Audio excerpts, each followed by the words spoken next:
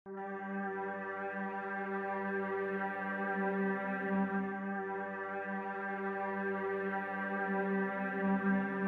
эртең менен Ош шаардык билим берүү башкармалыгынын имаратынын чатыры күйүп кетти. Жерине өзгөчө кырдаалдар башкармалыгынын кызматкерлери тартылып, өрттү өз убагында курчоого алышкан. Дегенмен Ош шаардык билим берүү башкармалыгынын кадрлар бөлүмү документтер менен кошо күйүп кеткен.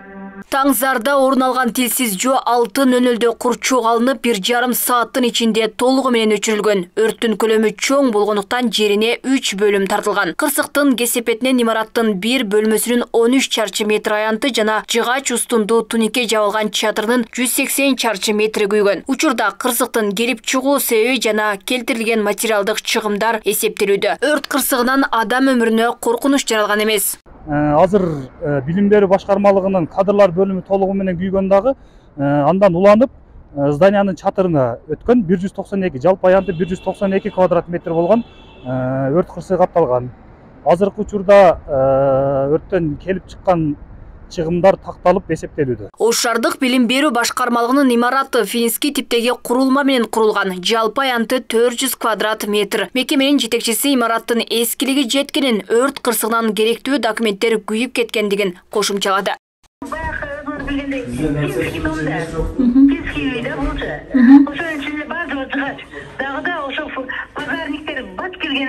Son bolup жабылып неме болуп калды, өчүрүлдү.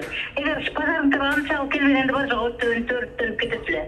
Бул жыгач бар жок, анан неме стекловато.